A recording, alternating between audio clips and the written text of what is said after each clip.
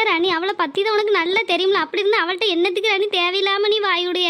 இம்மா பார்த்துட்டு பேசாமல் நிற்கணும் தாம்மா நினச்சேன். அப்படி கல் மனசை நிற்க முடியலை. அதான் உடம்பு சரியில்லைன்னு வேற சொன்னாவளா, அதான் மனசு விட்டு கேட்டுட்டேன். ஆனால் அதுக்கு என்ன பேசி ஏசிட்டு போகுது பார்த்தீங்களா? ஏசாமல் என்ன செய்வா? அவள் என்ன நல்ல பொம்பளை? அவள் நல்ல பொம்பளையா இருந்தால் எல்லாம் புரிஞ்சுக்குவா. என்னம்டி பேசிய? அவளுக்கு புரியுற மாதிரி இருந்து அவள் எதுக்கு உங்களையெல்லாம் வீட்டை விட்டு துரத்த போகிறா? 2 வயசு பிள்ளையில வீட்டை விட்டு விரட்டுவாளா? ஒரு வாழை வந்து மருமகளை வீட்டில் வாழ வைக்காமல் விரட்டுவாளா? அவள் ஒரு கூறு இல்லாதவதான் அப்படியே அலையா விரட்டி விட்டுட்டு. அவள்கிட்ட போய் நியாயம்லாம் எதிர்பார்த்தா நடக்குமா? அவள் ஏசதான் செய்வா. நீ என்னத்துக்கு அவள்கிட்ட போய் பேசிட்டு நிற்க? அதான் இருக்காம சொல்லியதை கேட்காம அவள் பேசியா. அதெல்லாம் ஒரு பொம்பளையே கிடையாது. ஏதாவது கூறு இருக்காதுக்கு நல்லா இருக்கீங்களான்னு தானே கேட்கா. சரி நம்ம மருமகளே மனசு விட்டு கேட்காளேன்னு ஒன்று பேசுறது பிடிச்சதுன்னா பேசலாம், பேசாமலாம் நிற்கலாம்ல. என்ன ஏசிட்டு போது பாருங்க. நான் இந்த விஷயத்துல ராணியக்கா மேலதான் தப்பு சொல்லுவேன். தேவையில்லாத வேலை என்னத்துக்கு அவியல்கிட்ட போய் பேசிட்டு நிக்காவ? இவிய வேலை என்னமோ அதை மட்டும் பார்க்க வேண்டியதானம்மா. சரி விடு சின்ன பொண்ணு, நான் மனசு கேட்காம தான் கேட்டுட்டேன், வேற ஒன்றும் கிடையாது. சரி விடுங்கட்டி, தண்ணி வருதான்னு போய் யாராவது திருக்கி பாருங்க. இல்லைன்னா உட்காருங்கட்டி, எல்லாரும் தண்ணி வந்தோடனே போய் பிடிச்சிட்டு போவான். எக்கா இன்னைக்கு தான் தண்ணி வருதா என்னன்னு தெரியல. ஊர்க்காரி எவ்வளோ வரக்கானா நம்ம 5 பேர் தான் வந்து நிற்கும். எக்கா எல்லாரும் இனிமே தாங்க வருவாவெல்லாம் இருக்கும். நம்ம முன்னாடி வந்துட்டோம்னு நினைக்கிறேன். அதான் இப்படி தண்ணி வராமல் கிடக்கு.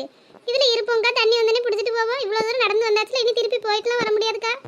ஆமாம் ஆமாம், இனி நடந்து போயிட்டுலாம் வர முடியாது. பிள்ளைய வேற பக்கத்து வீட்டில் கூப்பிட்டு வந்திருக்கேன். மறுபடியும் போயிட்டுலாம் தூக்கிட்டு வர முடியாதுக்கா. பிடிச்சிட்டே போவோம். இதில் இருங்கட்டி. ராணி பிள்ளைகள் ஒத்தையில் இருப்பாளுவலா? இருந்துக்கிட்டு வளருக்கம்மா. சரி டி. பருத்தி எடுக்கையிலே என்ன பல நாளும் பார்த்த மச்சான். பருத்தி எடுக்கையிலே ஓடி வந்தாலாகாதோ. பருத்தி எடுக்கையிலே ஓடி வந்தாலாகாதோ. ஓடித்தான் வந்திருப்பேன் நான் உன்னை மட்டும் பார்த்திருந்தா. தேடித்தான் வந்திருப்பேன் தெரியலையே முன்னாடி. எம்மா சத்த நேரம் வாய வச்சுட்டு சும்மா இருங்களேம்மா. என்னத்துக்குமா தண்ணி பிடிக்கணும்னு கூட்டு வந்து இங்கே உட்கார வச்சிருக்க? ஒரு மாதிரி சிறையா இருக்கு. வீட்டிலனாலும் இருந்திருப்பேன்ட்டு டிவி போட்டு பார்த்துட்டு கிடந்தேன். தண்ணி வருது, நல்ல தண்ணி வருது, இன்னைக்கு விட்டோம்னா பிடிக்க முடியாதுன்னு ஓட்டமா ஓடியாந்து இங்கே இருக்கா. ஏக்கா ஊர்க்கறி போறதுக்கு முன்னாடி ஓடி போய் தண்ணியை பிடிச்சிட்டு ஓடி வந்துடலான்னு பார்த்தேன். நீங்கள் வாரதுக்குள்ளே ஊர்க்கறி அவ்வளோ பேர் அங்கே பைப்படியில் போய் கிடக்காளுவ. இப்போ உங்களை கூட்டிட்டு அங்கே போனால் சரிப்பட்டு வராதுக்கா. நீங்கள் சும்மாவே வாய வச்சுட்டு இருக்க மாட்டிய. ஊர்க்கறி மொத்தமாக வேற இருக்காவ. நீங்கள் பாட்டி ஏதாவது பேசி கும்மிருவாளுவோ. கும்மி ஏற்கனவே நம்ம 2 பேர் மேலே காண்டா திரியாளுவக்கா. அதான் உங்கள் கூட எல்லாம் போக முடியாது. நான் ஒத்தையில் வேணா போய் பிடிச்சிட்டு வரட்டா? வாழு மாதிரி தொங்குற கொஞ்சம் முடி இருக்காது பத்துக்கு, இழுத்து வச்சு அறுத்துருவேன். என்னை ஒத்தையில் போட்டு போகிறாளாம். உனக்காண்டி தானே நான் ஓடியிருந்தேன். அப்போ சேர்ந்து போவோம்னா கொஞ்ச நேரம் இருங்க. ஊர்க்கறியெல்லாம் படிச்சுட்டு வீட்டுக்கு போட்டோம். அப்புறம் நம்ம 2 பேரும் போய் பிடிச்சிட்டு வருவோம். உங்களை எல்லாம் ஊர்க்கறி கடையில் கொண்டு போனோம்னா சரி வராதுக்கா. எதையா வம்பு எழுத்தினா போச்சு. என்ன டீ மழை என்ன என்னமோ வம்பு கறி மாதிரிலாம் சொல்லிட்டு கிடக்க. நான் யார்கிட்ட டீ போய் வம்புழுத்தேன்? ஏய் அம்மா, இதுக்கு வாயில் கையை வச்சா கூட கடிக்க தெரியாது. அங்கே சொல்லுறது இங்கே சொல்லுறது, இங்கே சொல்லுறது அங்கே சொல்லுறது, ஒரே சண்டையாக கோல் முட்டி விட்டு இப்போ என்ன சொன்னேன்னு கேட்காவ. என்னத்து சொல்லியது? இம்மா சோறுங்கறியெல்லாம் பொங்கி வச்சியெல்லாம் பொங்கி வைக்காம வந்தியல. அப்புறம் மச்சாண்டார் வந்து என்னையும் சேத்துல எஸ்வாவ நீ தான் வந்து வேலை பார்க்கவள கூட்டிட்டு போயிட்டேன்னு எல்லாம் பார்த்து வச்சுட்டேன்டி உமாலே. இவ்வளோ சீக்கிரமாவா சோறுங்கறி வச்சுட்டியே? ஏன் எம்மா வானங்கியது இடிஞ்சு பூமியில விழுந்துட போதுமா? அது வேற ஒன்றும் இல்லாட்டி நேற்று புளிக்கறி வச்ச பத்தியா? புளிக்கறிக்கு சாறு கொதிக்கும் போதே கத்திரிக்காய் போடும்னே கொஞ்சம் அள்ளி வச்சுட்டேன். இன்னைக்கு அதே கறி எடுத்து கொதிக்க விட்டு அதுக்குள்ளே மீன் அள்ளி போட்டோம்ட்டு மீன் கறியாக மாறிட்டேன். அவ்வளோதான் முடிஞ்சிட்டு. நெட்டக்கால்னு கண்டுபிடிக்க முடியாது பத்தியா? அவுச்சு எடுத்து கொடுத்தாச்சு, சாப்பிட்டுட்டும் போயிட்டான். என்ன அறிவா யோசிக்காளுவ. சோம்பேறித்தனம் மூளை எப்படிலாம் வேலை பார்க்க முடியும் பாரு. என்னமோ அந்த ஆள் இருக்கனால ஒன்றும் சொல்லாமல் சாப்பிட்டு போயிட்டு போயிடுறாரு. ரெட்டி முனியம்மா தானே வருது. என்னம்டி காளி குடத்தை கொண்டு ஆட்டிட்டு வர மாதிரி இருக்கு. தண்ணி எதுவும் வரலையோ? என்னடி நீ வேற இன்னைக்கு தான் நல்ல தண்ணி வருது பிடிக்காம இருக்கக்கூடாதுன்னு சொல்லி கூட்டியாந்த.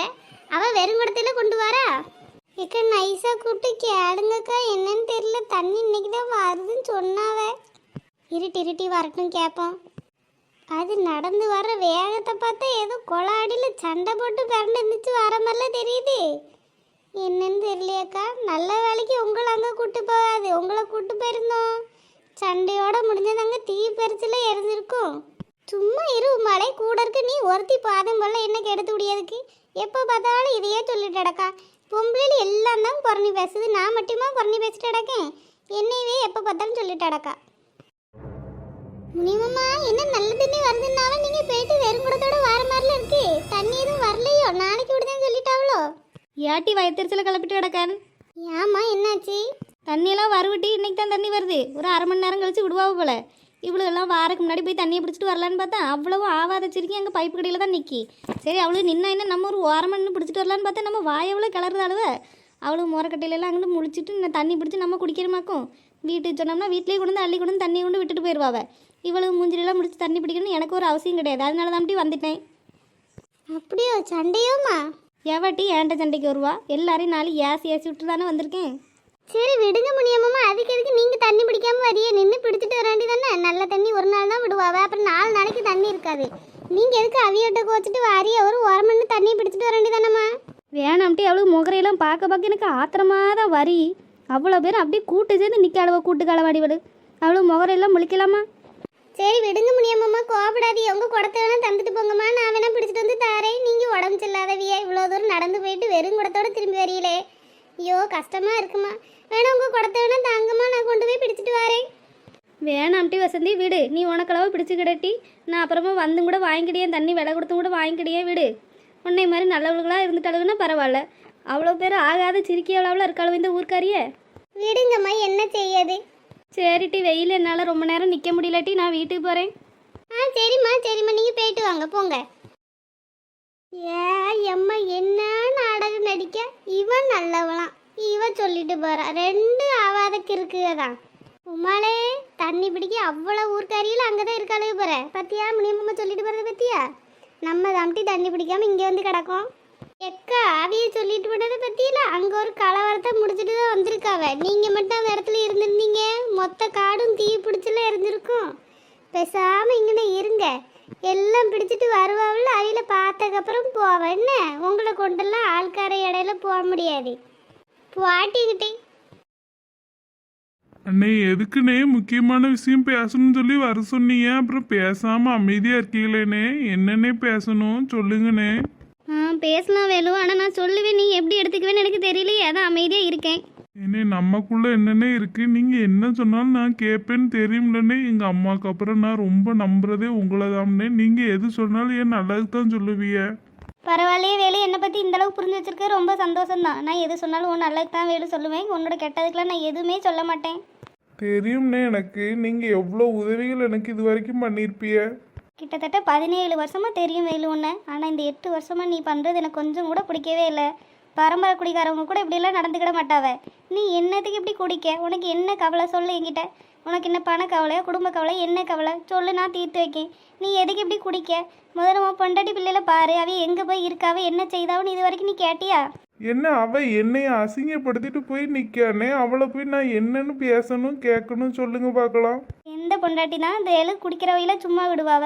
யார் வீட்டில் என்னாலும் சண்டை வரத்தான் செய்ய. என் பொண்டாட்டியே பாரு, நான் ஏதாவது தப்பு பண்ணேன்னா சண்டை போட தான் செய்யா. யாருக்கா இருந்தாலும் கோவம் வரத்தான் செல்லுவேலோ. நீ முதல்ல உன் குடி பழக்கத்தை மறந்துடு. தேவையில்லாமல் நீ எதுக்கு அதிலெல்லாம் அடிமையாയിട്ട് கிடக்க? அதை மறந்துட்டுவோம்.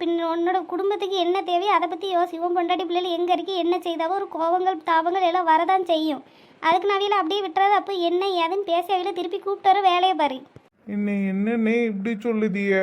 அவ என்னை அசிங்கப்படுத்தி கேவலப்படுத்திட்டு நானே தேவையில்லைன்னு அவள் தனியாக போய் இப்போ என்னெல்லாம் செய்த தெரியுமாண்ணே? எனக்கே தெரியாமல் வீடு எடுத்து கூட இருந்து பிள்ளைகளே வளர்த்துக்கிட்டு அவள் இருக்கானே. அவள் அவ்வளோ தூரம் காமிக்கும் போது பொட்டச்சி அப்படி இருக்கும்போது ஆம்பளை நான் எப்படி இருக்கணும்? நீ எப்படி வேலை இருக்க? உன் பொண்டாட்டி கூட போட்டி போட்டு ஏதாவது நல்ல வேலை பார்த்து எதுவும் பண்ணிட்டியா என்ன? உன் பொண்டாட்டி பற்றி அழகாக தனி ஒரு குடுத்தனை வச்சுட்டா, ஒரு மிஷினை வாங்கி தையல் கடை போட்டா, எல்லாம் செஞ்சுட்டா. அவள் போன 4 மாதத்தில் நீ என்ன செஞ்ச சொல்லு பார்க்கலாம். குடிச்சு அழைச்சதை தவிர நீ என்னத்தை செஞ்சுருக்க? நீ இப்படி இருந்தீன்னா கண்டிப்பாக உன்னை எல்லாரும் ஏமாத்த தான் செய்வாவ வேலு. கண்டிப்பாக நீ கடைசியில் ஒன்றுமே இல்லாமல் நடுத்தெருவில் நிற்க போகிற பாரு. உன்னை எல்லாரும் சேர்ந்து ஏமாத்ததாவா? உனக்கு அது புரிய மாட்டேங்கி. ஏன்னே நான் எதுக்குன்னே நடுத்தெருவில் நிற்கணும்? எங்கள் அப்பா சேர்த்து வச்ச சொத்து அவ்வளோ கிடக்கு, அவ்வளவு என் பேரில் தானே இருக்குது. எங்கள் அம்மா அப்படிலாம் என்னை ஏமாற்ற மாட்டா. நீ ரொம்ப யாரையும் நம்பாத வேலை. யார் அப்படியெல்லாம் கடைசி வரைக்கும் கூடையெல்லாம் இருக்க மாட்டாவ.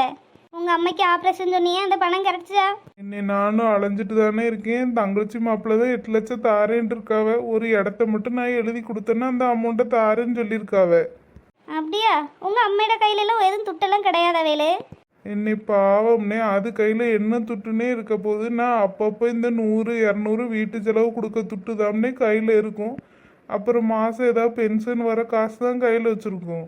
அது இல்லாமல் அதுகிட்ட துட்டெல்லாம் ஏதுனே இருக்க போகுது. துட்டெல்லாம் அதுக்கு கிடையாதுனே. அப்படி இருந்தாலும் என்கிட்ட சொல்லாமலாம் மறைச்சி வைக்க மாட்டாவ. அப்படியா வேலு? வேலு, அன்னைக்கு ஒரு நாள் உங்கள் அம்மையும் தங்கச்சி எங்கள் பேங்க்குக்கு வந்திருந்தாவே நான் சொன்னேன்னா, என்கிட்ட கூட கொண்டு நம்ம ஸ்லிப் எழுத தந்தாவ. நான் வாங்கிட்டு எழுத போகும்போது வேலோட அம்மாவா தங்கச்சின்னு கேட்ட உடனே ஒரே ஓட்டமும் ஓடிட்டாவ. நிற்க கூட இல்லைன்னு சொன்னேன் பார்த்தியா? உனக்கு ஞாபகம் இருக்கா? ஆமாண்ணே சொன்னீங்க. நான் அவையிட்ட போய் எந்த ஹாஸ்பிட்டல் எல்லாம் கேட்க சொன்னீங்க. நான் கேட்டேன். அப்பயும் எங்கள் அம்மைக்கு உடம்பு சரியில்லையா, அதோட அதை பற்றி ஞாபகமே இல்லைன்னே விட்டுட்டேன். வேலு, அது வேற யாருமே கிடையாது. உங்கள் அம்மையும் தங்கச்சின்னு எனக்கு நல்லா தெரியும். நான் கண்டுபிடிச்சிட்டேன் தெரியுமா? உங்கள் அம்மா பேங்குக்கு வந்தப்போ உங்கள் அம்மாவோடைய பாஸ்புக்கு எங்கள் பேங்க்லேயே வச்சுட்டு போயிட்டாவே. அந்த பாஸ்புக் எடுத்து நான் செக் பண்ணி பார்த்தப்போ தான் தெரியுது அதில் 8 லட்சம் ரூபா கிடக்கு. வேலு, உனக்கு தெரியுமா? இது வரைக்கும் உங்கள் அம்மா உன்ட்ட சொல்லியிருக்காவளா? அந்த 2 பேரும் சேர்ந்து அந்த 8 லட்சத்தை எடுக்க தான் அன்றைக்கி பேங்குக்கு வந்தது தெரியுமா? உனக்கு ஏதாவது இதை பற்றி தெரியுமா வேலு? சொல்லு. என்னன்னே சொல்லுதிய? எனக்கு இதை பற்றிலாம் எதுவும் தெரியாது. என்ன எங்கள் அம்மா ஹாஸ்பிட்டலுக்கு போகிறேன்னு சொல்லி தான் கிளம்புனாவ. அவங்களுக்கு பேங்கில் துட்டு இருக்கிறத பற்றிலாம் எனக்கு தெரியாதுன்னு. அதே மாதிரி பேங்குக்கு போனதே இது வரைக்கும் என்கிட்ட சொல்லது கிடையாது. பாத்தியா, நீ தானே சொன்ன என்னை ஏமாற்ற மாட்டாவே, என்கிட்ட வந்து எதுவும் மறைக்க மாட்டாவன்னு. உனக்கு தெரியாமல் எதுவும் நடக்குது வேலு. தேவையில்லாமல் நீ இந்த குடிப்பழத்துக்கு அடிமையாக உன்னை ஏமாற்ற பார்க்காவ எல்லாரும். கொஞ்சம் தெளிவாக இருந்துக்க, சொல்லிட்டேன், அவ்வளோதான். முதல்ல உங்கள் அம்மைக்கு உண்மையாகவே உடம்பு சரியில்லையான்னு நீ முதல்ல கண்டுபிடி. அதுக்கப்புறம் இந்த 8 லட்ச ரூபா பணம் எப்படி வந்தது, உன்கிட்ட எதுக்கு இடத்த கையெழுத்து போட்டு வாங்கணும்னு நினைக்காவன்னு அதை கண்டுபிடி. அப்புறம் உன் குடும்ப பிரச்சனை எங்கேருந்து ஆரம்பிச்சிச்சு, உன் பொண்டாட்டி எதனால வெளியே பண்ணணும்னு அதை பற்றி யோசிச்சு எல்லா பிரச்சனையும் தீர்க்க பாரு. என்னதான் அம்மா தங்கச்சி அண்ணன் தம்பின்னு கூட இருந்தாலும் கடைசி வரைக்கும் உனக்கு என்னன்னா உன் கூட நிற்கிறது உன் பொண்டாட்டியாக தான் இருப்பா. வேற யாரும் வரமாட்டாவோ, சொல்லிட்டேன். கொஞ்சம் தெளிவாக இருந்து இதெல்லாம் கண்டுபிடிச்சிக்க. நான் வேணா இன்னைக்கு சாயங்காலம் உன் வீட்டுக்கு வரேன்.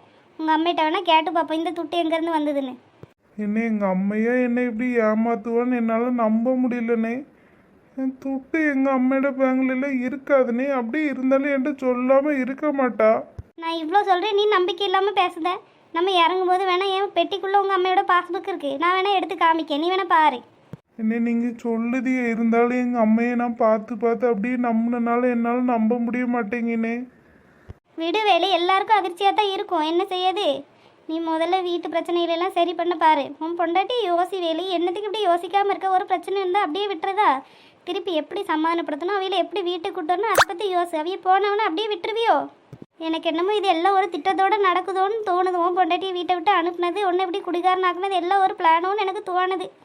என்னமோ நான் எதுக்கு தேவையில்லாமல் இதை பற்றி சொல்லணும்? நீ முதல்ல இதெல்லாம் கண்டுபிடி, அவ்வளோதான் என்னோட பேச்சு. என்னன்னு பார்ப்போண்ணே. நீங்கள் வேணா சாயங்காலம் எங்கள் வீட்டுக்கு வாங்கினே, கேட்டு வேணா பார்ப்போம். சரி வேறு.